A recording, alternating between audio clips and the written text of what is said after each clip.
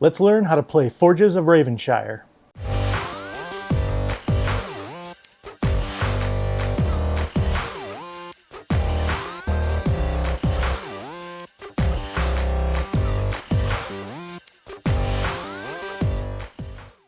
Forges of Ravenshire is a 1-to-4 player dice, worker placement, and contract fulfillment game. The game lasts for 4 rounds called seasons, and each season is split into 3 phases. A gathering phase, where you will place and retrieve dice to take actions. A production phase, where you will convert resources and complete contracts. And an end of season phase, where you will check objectives and prepare for the next season. At the end of the 4th season, players will count up their money, and whoever has earned the most will be the new Forge Master.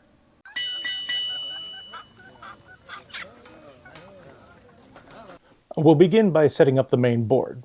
Now, the rulebook doesn't specify, but I like to put mine in the middle of the table just to make things simple.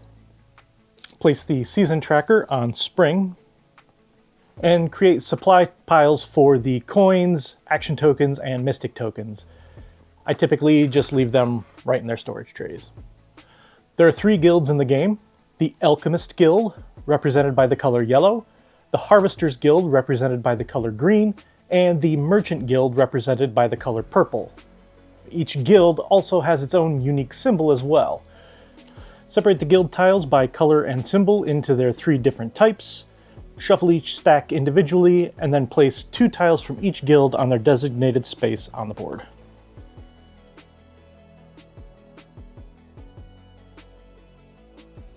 Keep the remaining tiles nearby in a face-down stack. Shuffle the title cards and place out a number of cards equal to the number of players plus 1. So if we're setting up for a 3-player game, we will place out 4 cards. The contract cards come in 3 different qualities: common, exceptional, and legendary. Separate the contracts into 3 stacks based on their quality, shuffle them up, and then reveal 3 cards from each deck.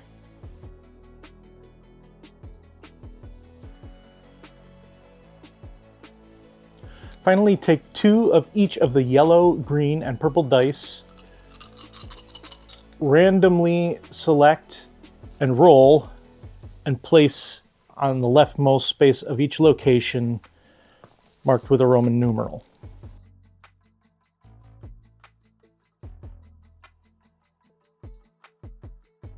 Now let's set up your player board. First, choose which critter you want to be. There's no real difference between them, so you can just pick your favorite player color. Take the player board and the corresponding cubes, reference cards, and player token. This is also when you will decide if you want to play with the assistant cards. You can choose to play without them for a simpler game experience, although I think they make the game way more fun. They're all very well laid out in the rulebook, so I won't go through each of them, but each one will give you a pretty powerful ability or a head start of some sort. The rulebook says to take 1 at random, although we like to deal out 2 and choose 1. I suggest dealing these out now because they may affect the rest of your setup, depending on which assistant you choose. Place your player token on the 0 space of the reputation track on the main board.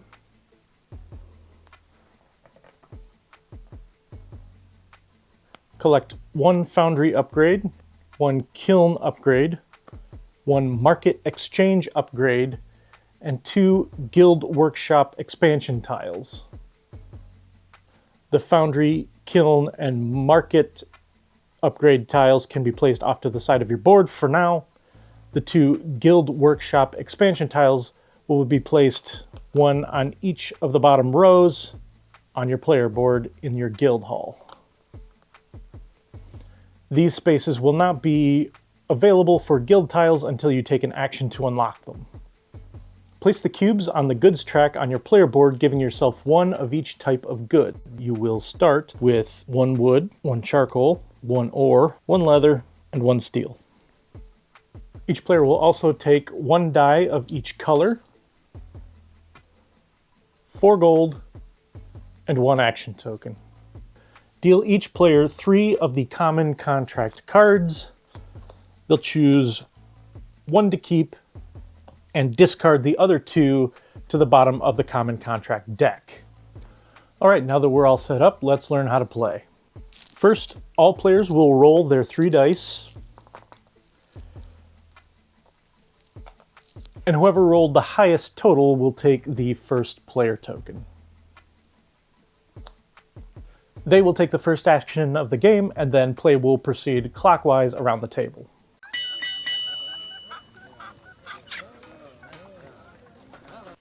We start off each season in the gathering phase. This is where we will, well, gather things. No kidding, how come? How the hell do I know how come? Each turn you're going to be taking 2 actions. First, take 1 of your dice and place it on an empty space on the main board. There are 6 different locations, but they all work very similar to each other. Place your die and then consult the chart for that location. Depending on the number of the die that you placed, you'll take a certain number of goods. The Sharp Rock Mountains give you ore. The Darkwood Forest gives you wood. The Tannery District gives you leather. Smoky Valley gives you charcoal. And Bramwell Foundries gives you steel. Then there's the Guild Hall, which will let you purchase a guild member tile to place on your player board. You may also receive mystic items depending on which number you placed. These are different from your goods, but may still be needed to craft exceptional or legendary items. You can also use them to add a finish to the items that you crafted, or exchange them for other goods or benefits based on the market exchange, which I'll explain a little later. The mystic items you might get are mithril, ember gems, talismans, and dragon scales. If you get one of these mystic items from the space that you sent your die, collect the token and set it to the side in your own personal supply. To clarify, mystic items will always be represented by tokens, whereas all goods are represented by the tracks on your player board. Once you've gathered all of your goods from the die that you placed, then you will choose a different die and retrieve it from the main board. Just like when placing the die, you will take all of the benefits of that space as well, based on the number of the die that you took.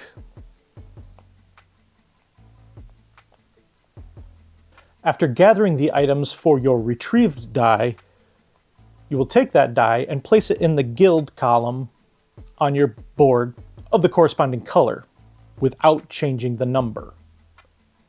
Then activate all of the abilities in that guild column. Everyone starts the game with 1 ability printed under each guild, but as you collect more and more guild member tiles and place them in the columns, you'll have more and more actions to take each time you place a die. These actions can be taken in any order, but you can only run each ability once per guild activation. However, you'll see that there are 3 spaces for each guild, so because you will be taking 3 dice over the course of the gathering phase, it's possible to take 3 dice of the same color, activating that guild each time.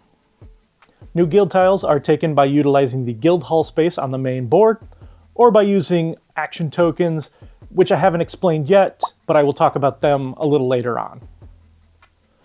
To take a guild member tile from the guild hall's space, first you'll pay the cost shown in gold on the bottom left corner of the tile. Then place that tile into the guild of the same color. If the tile shows a little gray banner with a symbol on it, you can immediately gain that as a one-time bonus. When placing a new guild member tile, you are allowed, but not required, to cover up the starting action, and you may also replace any of the guild tiles that you placed previously with a new tile as well. After taking your new guild member tile, refill the space on the main board by following the arrows. If you took from the bottom row, slide the top tile down and refill the top space. If you purchase from the top space, simply refill that space. Once you've finished taking your guild actions, play will pass to the next person in turn order. Keep going around the table like this until all players have placed and retrieved 3 dice.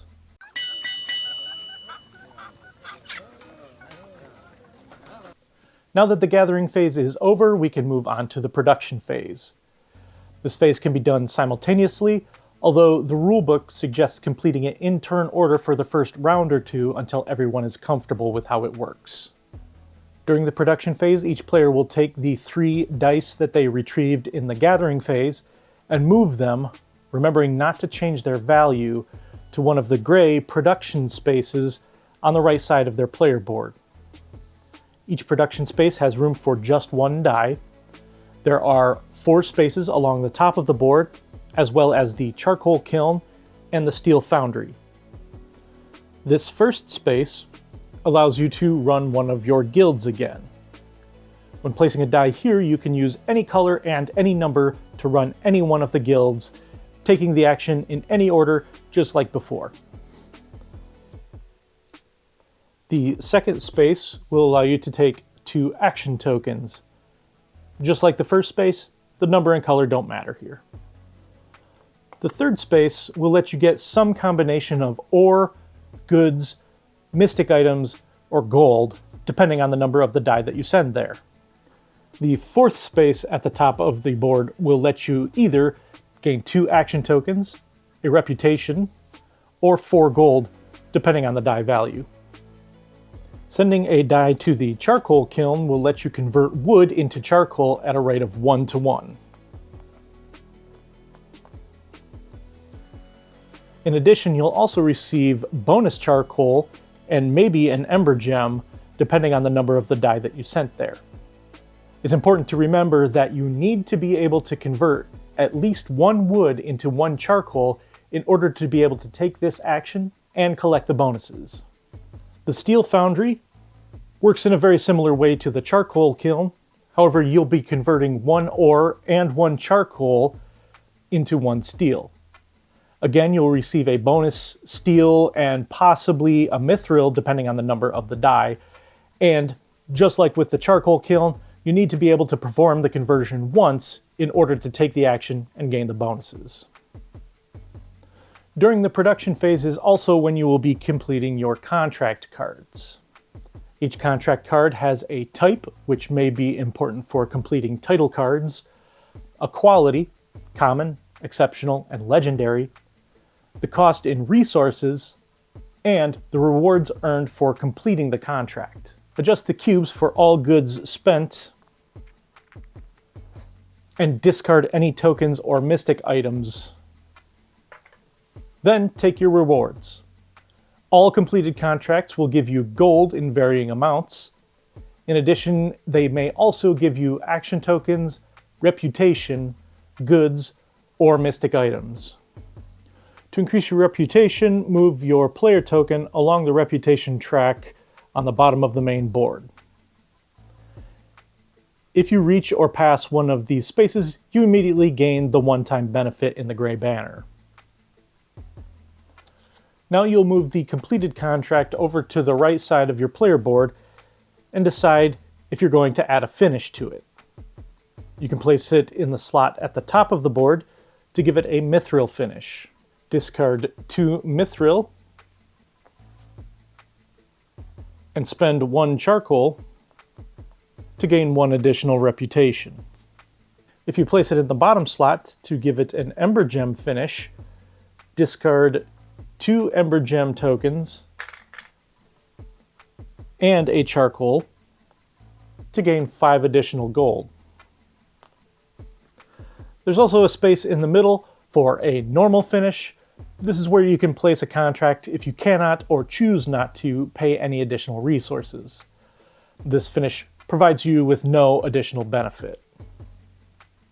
You can have any number of contract cards in each slot. However, each contract can only have 1 finish. Each finish can only be applied once per contract, so you can't spend 4 mithril and 2 charcoal to go up 2 additional spaces on the reputation track, for example. And the finish must be applied at the time the contract is completed. You cannot go back and add a finish to a previously completed contract. Okay, so throughout the gathering and production phase, I mentioned different ways to get action tokens.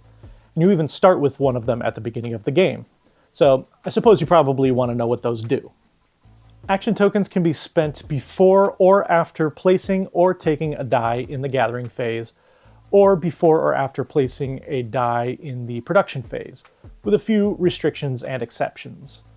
The main one to remember is that you can't spend an action token between retrieving a die from the board and running a guild. So you can't split up action B by spending an action token in the middle. So what can they do? You can spend an action token to gain a contract.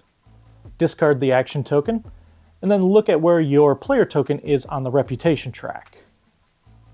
Everyone starts out being able to take common contracts, but you need to reach this space before you can start taking exceptional contracts, and this space before you are able to take legendary contracts. At most, you can only have 3 incomplete contracts in your hand at one time. You are not limited to the number of completed contracts you can have. You can choose one of the face-up contracts, or live dangerously and draw one blind from the top of the deck. If you don't like any of the contracts, but you're not an adrenaline junkie, you can instead pay an action token to refresh a row of contracts, discarding the face-up cards from that row to the bottom of the deck, and flipping over 3 new cards.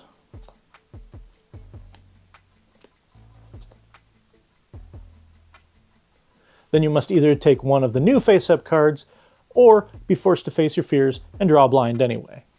It's important to note that you can only spend action tokens to gain contracts during the gathering phase. You can't spend them to gain contracts during the production phase. You can also spend action tokens to purchase guild member tiles. Discard the action token, then pay the cost in gold to take the tile of your choice and place it on your player board, and refill the tile spaces as normal. The final option for spending action tokens is to spend them to build and upgrade. These upgrades will cost some combination of action tokens and gold, and it's important to note that you only pay the cost printed on the tile. You do not have to pay an action token to do the upgrade and then pay the action token cost printed on the tile as well. There are 4 different types of upgrades that you can buy. You can either upgrade your charcoal kiln or your steel foundry by placing the appropriate tile in the corresponding space. These upgrades will provide better bonuses when taking that action during the production phase. You can unlock more rows in your guild workshop, allowing you to place more guild member tiles. Or you can upgrade your market exchange. Now, we haven't talked about the market exchange yet, so let's do that now. The market exchange action allows you to exchange goods or mystic items into other goods or mystic items. You can convert any 3 goods into any 1 good of your choice. You can convert 3 mystic items into a mystic item of your choice. You can spend a talisman to adjust the value of a die up or down by 1. You can spend more than 1 talisman to adjust the value of a die more than once. However, you cannot spend 1 talisman to wrap a 6 to a 1 or a 1 to a 6. Now, these can be used during the production phase or during the gathering phase, both when placing a die or when retrieving a die. You can exchange 2 ember gems for any 2 goods of your choice. And finally, you can exchange 1 dragon scale and a charcoal for a gold and a good of your choice. Upgrading the market exchange will give you a better exchange rate on mystic items, and will let you adjust the value of a die by 2 instead of 1. You also get a one-time benefit of 1 reputation when you build this upgrade. Once the gathering and production phases are complete, and everyone has completed their contracts and spent any action tokens that they want to spend, then we move on to the end of season phase.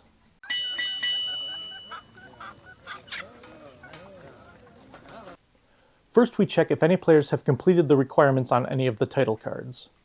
Multiple players can complete a title in the same season, and all players who completed the title that season will gain the large amount of gold printed on the bottom center of the card.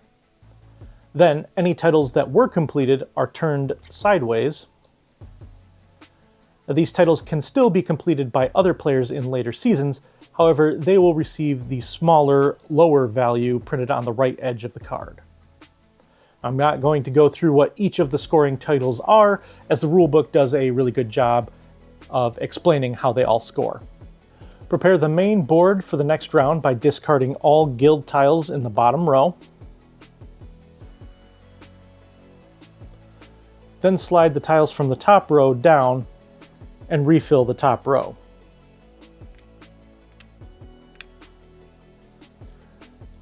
Then the current first player gathers up all of the dice on the main board and randomly draws and rolls one die at a time and places each one at the first space in each location.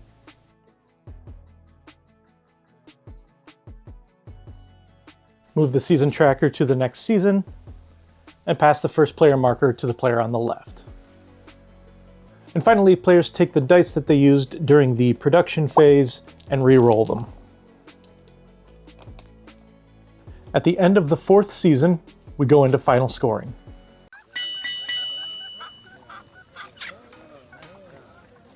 First, gain gold based on your location on the reputation track. Then use the market exchange to convert mystic items into dragon scales, which in turn can be exchanged with charcoal for gold. Finally, any leftover action tokens that you have at the end of the game are worth 1 gold each. Add up all of your gold, and the player who has earned the most is the new Forge Master of Ravenshire.